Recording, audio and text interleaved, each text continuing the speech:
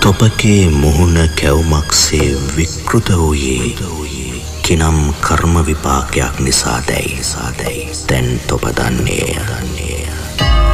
එදවස පසේ බුදුන්ගේ පාත්‍රයට තමන් පූජා කළ කැවුම් මුදුරාගත් ඒ අසත්පුරුෂයා සමග එකතැන විසීම සිදු නොවේවායයි පැතූ ඒ ගැහැණිය මෙදවස පබාවතිය වී ඉපිත සිටින්නීය.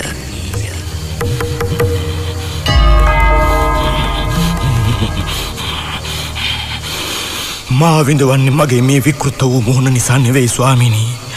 පබාවතී කෙරේ ඇති වූ අප්‍රමාණ ආලය නිසයි.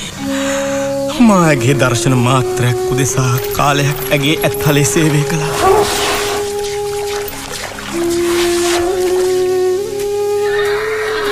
තවත් කාලයක් අස්හලේ සේවය කළා. රජවාසල මාලාකාරයා මිතුරු කරගෙන මල් ගොතා ඇය වෙත යවුවා.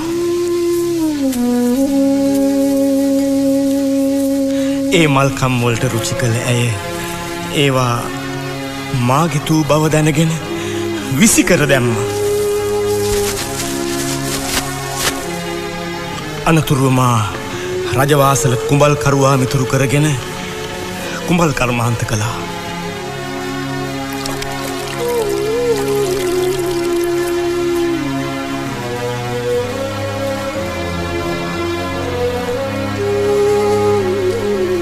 ඒ විසිතුරු කුඹල් කම්වලට රුචි කළ ඇය ඒවා මා අතින් නිම වූ බව දැනගෙන පොළොවේ ගසා බිඳ දැමුවා.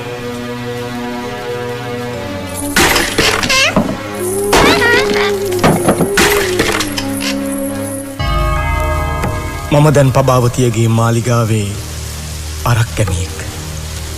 මම යතනිමි. ඔබ නිලෝ රන්රුව ඔබට මතකද? එසේ ස්වාමීනි. කල්පිතසේ පෙනෙන මනුෂ්‍ය නිර්මාණ හුදු කල්පිතම නොවේ. ඔබ එදා රන්රුවක් ලෙස මැවූයේ ආත්මයක් භාසා ඔබේ හදෙහි ලැබුම්ගෙන සිටේ යුවතියයි.